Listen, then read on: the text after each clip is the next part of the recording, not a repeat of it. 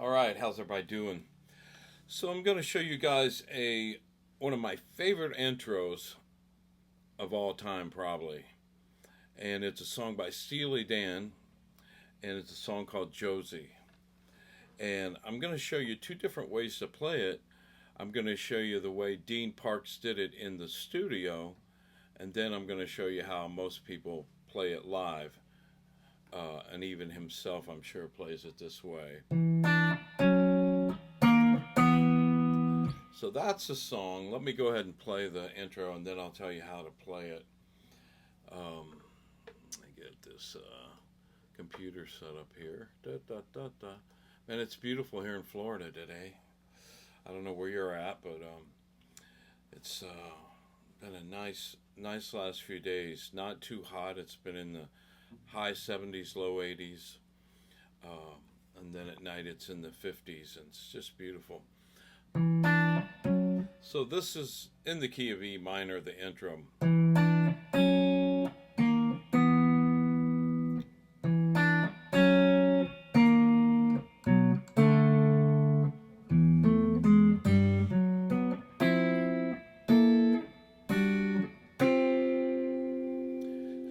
So that's how it's played if you play it, as in a band situation.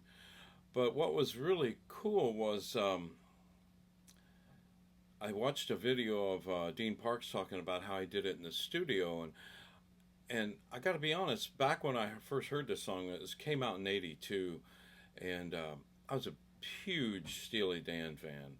Denny Dias and all those guys that have played with them guys, just great guitar players. Skunk Baxter. Drew Zing, but I got to meet Drew Zing. I want to tell a story about that later in the video. I'll share that. But so in the studio, Dean Parks said they wouldn't let him record this. They wouldn't let him record those parts together, playing it in unison like that. So he had to record the parts separate.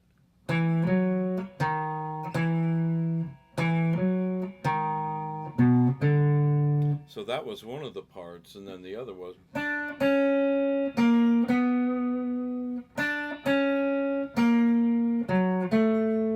that was the other part. Now, the other part, when he went into this, he played that, all together like that. I don't think he played that separate. But all the time I listened to that song back when I first heard it, I always thought that intro sounded like they had a lot of chorus on it, or it was a 12 string. I couldn't figure it out, why it sounded so, different. I don't know if different's the right word, but it didn't sound like that. If you played that along with the record back when I was learning this intro, it just didn't quite sound the same. So it was a mystery until I watched this video of Dean Parks talking about how he recorded that, like,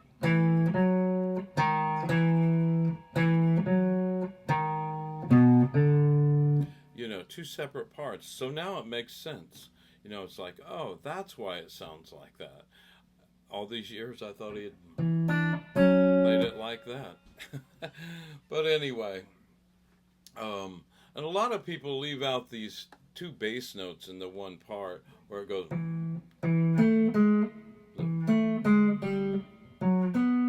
that part there.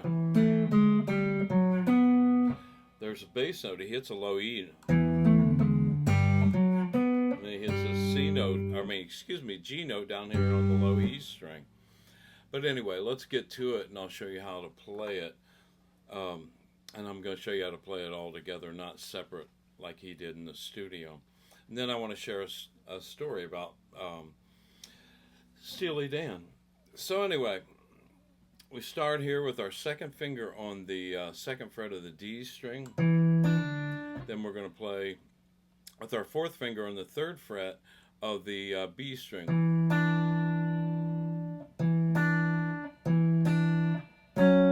Then we're going to in unison play our first finger on the second fret of the B string and our third finger on the fourth fret of the D string. So we have.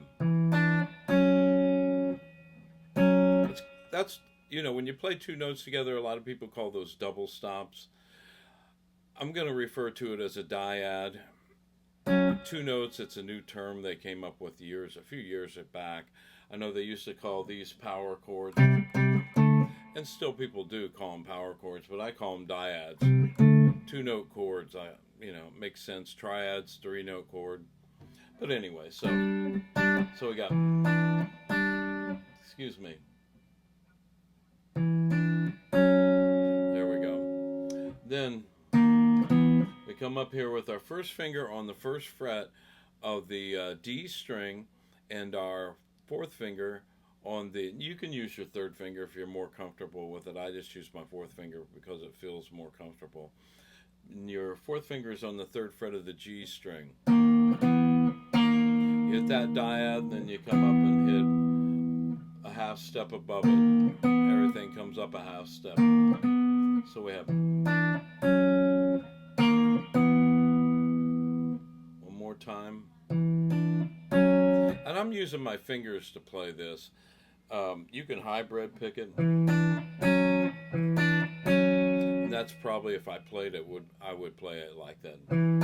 I'd use my pick for this note up here. My finger for the notes on the B string. Same way here, I'd use my pick on the note on the top of the dyad and my finger for the bottom note. So it does that, then it repeats this again. Those first three movements. Then it comes down here again to this dyad here that we just played. And then at that point, he goes to this dyad, which is your first finger on the second fret of the A string, your fourth finger on the fourth fret of the D string, and then you hit a open D string with your first finger on the second fret of the G string. Like so. So let me play that all together.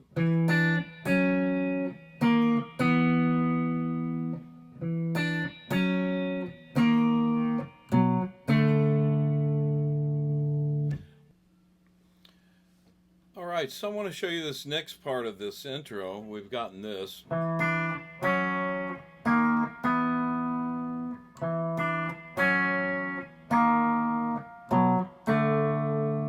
So this next part starts with you play these two notes in unison, your low E string, and your second finger is on the second fret of the D string. So you play those together. Again, I'm hybrid picking it, playing that low E note with my pick, the other note with my finger. Roll that finger down to the second fret of the G string, then play on the first fret of the G string with your first finger. So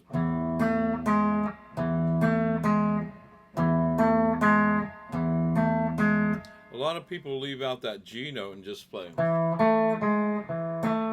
But if you watch him play it, he puts that low E note in there, and you can hear it in the recording.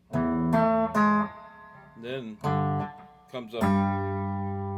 he comes up here with his second finger on the third fret of the low E string and plays a G note. Then he hits an open G string with his finger, like so.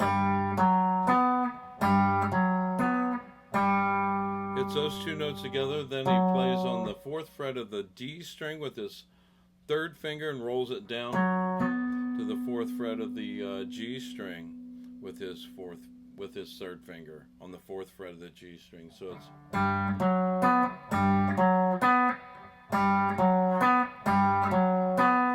so we got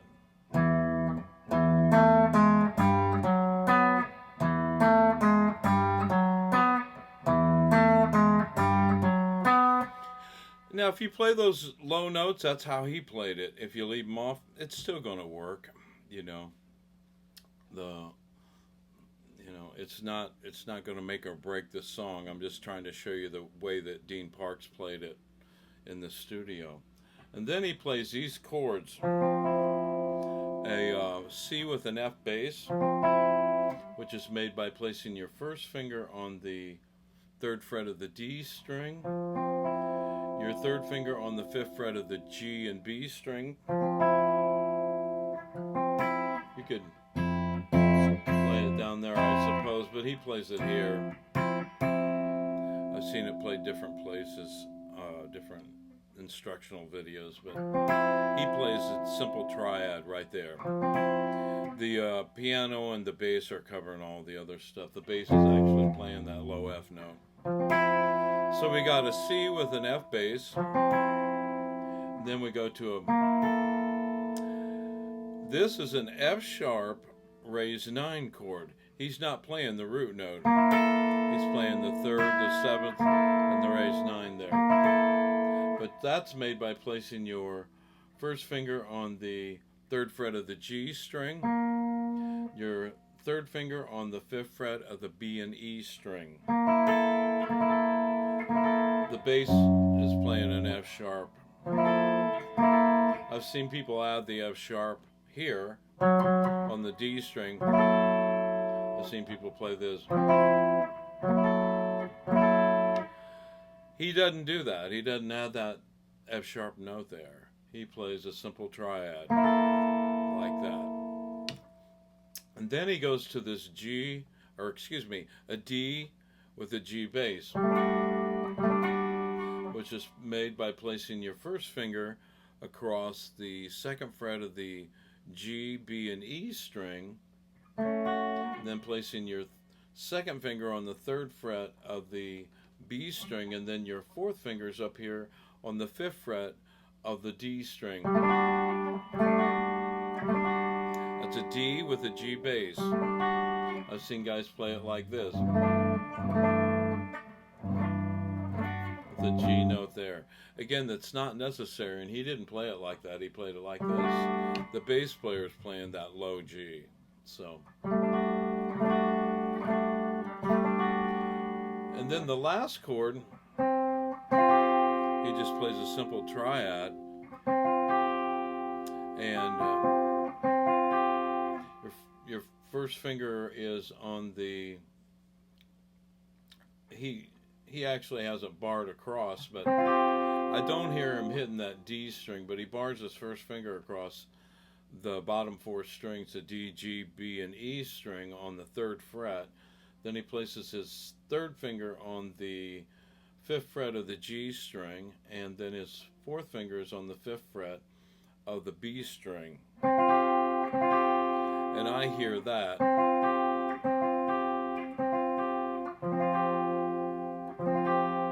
And the bass hits an A flat note. So technically, I guess you could call this chord an A flat 6 with a major 7th. But if you're just playing it as 3 notes, it's also a C sus. So I'm not worried about the names, I'm just worried about the sound. And I think that's what he was going for. But if you listen real close, you'll just hear that he just played the triad. It sounds like that. So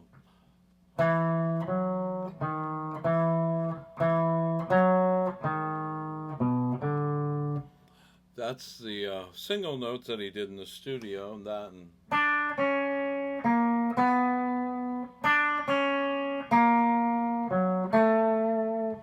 so kind of crazy how he recorded that as single notes, and everybody, I mean, for years I thought he was playing,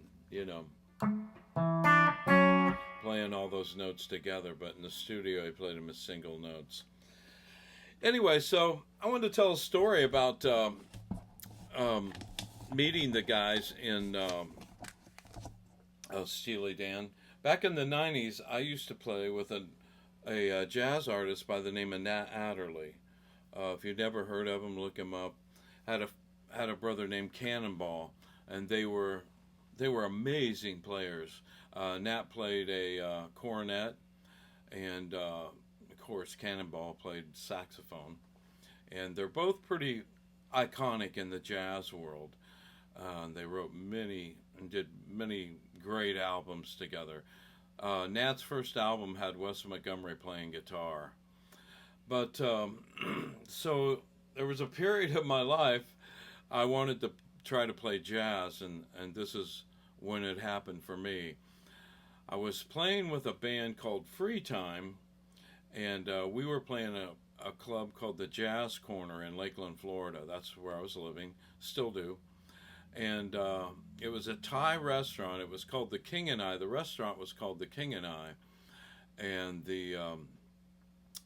then it had another room that was called the Jazz Corner, and it was right on the corner of downtown.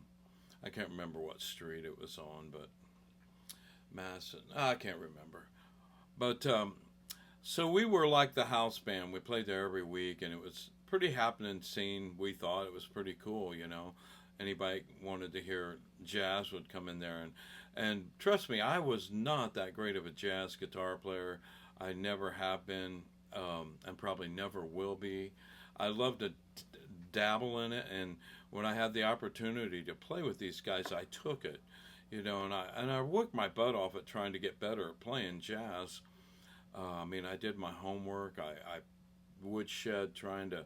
I listened to all these jazz guys. I'd been listening to some of these jazz guys for a long time, but I mean, I was really woodshedding and trying to pick up what was going on in the jazz world. So, Nat Adderley, who had a residence in Lakeland, Florida, he was at Florida Southern. He was on board there. And they used to have a festival called Child of the Sun Jazz Festival. And we had played that one year. And then Nat came in and heard our band, and he really liked us. So he asked us to do a tour with him. And I was like, what? You know, oh my God, you know, I mean, to play with Nat on the same stage with Nat Adderley was just like, you know, like heaven, you know. It's like, really? Is this going to happen? So to make a long story short, we did play with him. You know, it was a totally learning experience for me. I mean, we carried a real book to the gigs, and Nat would just call off a song, man, and most of the time I was just trying to play comp chords, you know, and that's where I learned a lot. Nat was such a mentor. I had met Matt earlier, a few years before. I played in a band with his nephew, and I'd met Nat, but I never, you know, played with him. I just met him, and I knew who he was, and I knew the whole story about him and his brother Cannonball, and how iconic and great they were. So we started, you know, rehearsing and stuff to play his material, some of his songs. The work song was a song he wrote, and if you look in the real book, it's in there. And you know, he took the time, though, after rehearsals to help me out, you know, and show me stuff. I told him after the first rehearsal, look, man, if you want to hire another guitar player, I get it.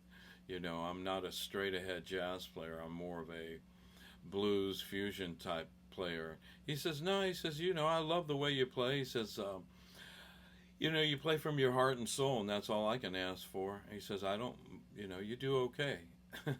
You know, so it gave me a boost of confidence. And again, after rehearsals, he would spend some time with me and show me some how to play and how to comp rhythm chords, how to just do simple chord voicings instead of trying to play, you know, full chords. You know, the piano players covering all that. But anyway, so we started doing festivals with him. In fact, I've kept as treasures. We did the first annual. We did the Child of the Sun Jazz Festival. We did this. This was the first annual Ybor City Jazz Festival. We were the first ones there. And at that festival, I met Ed Shaughnessy. He was there. I don't know if you know who Ed Shaughnessy is. He played on the Tonight Show. And, oops. And then we played the Clearwater Jazz Festival down by the Riverfront Jazz Festival. And, we got to do some jazz festivals, some other ones. I dropped my pick. I'll get another one. But I don't know why I need it. I'm not even playing. But one gig that we did have was at a place in Orlando, Florida, called Pinky Lee's, and it was a club, a jazz club, and it was very nice, luxurious club, and it was owned by one of the guys that played for the Orlando Magic, and so we were booked there, I think, on either a Friday or Saturday night. But at the arena, it's called the Omni Arena now. I think it used to be called Amway Arena back then. It's where the Magic played basketball. But Steely Dan was playing at Amway Arena where the Magic play, and we were playing at Pinky Lee's. Well, Pinky Lee's was just across the street from the arena. So we're playing, doing our set, and next thing I know, we see these guys walk in, and they had an entourage, and you could kind of tell they were musicians, by the way they were, way they were acting more or less. And so when we went on break, Nat walked over there to where they were sitting, and it ends up it's Walter Becker, Donald Fagen, Drew Zing, Dennis Chambers, and I don't remember the rest of the guys that were playing with them at that time. I remember those guys, so. And they had come over to hear Nat play. So, what an honor, man! I mean, Drew came up and I asked him if he wanted to set in because I would have loved to heard him play. But none of them wanted to sit in, or they didn't. They were just there to hear Nat, and but it's pretty cool meeting Walter Becker and Donald Fagen, and. That was in 1994. So, anyway, that's my story and about the meeting Steely Dan. But, man, they wrote such great songs, and they always used such great players on their music, Gosh. And they always had great musicians on tour with them. Well, listen, I'm going to go, and hope this video helps you figure out that intro to Josie. Again, that's one of my favorite intros. I mean, it has been for years, and it was always a mystery how he got that sound on that intro until I saw the actual video of him telling how he did it in the studio. He played it as single notes. I thought, okay, the mystery is solved. I don't have to try to figure out, was that a heavy chorus? Was it a 12 string he was doing it with? I don't know. I was trying to figure that out. So the mystery's figured out. Well, listen, y'all have a blessed day. And if you like what I'm doing, hit the subscribe button, hit the like button, and hit the little bell thing. And until then, God bless y'all. And you have a beautiful, wonderful day. Thanks for watching.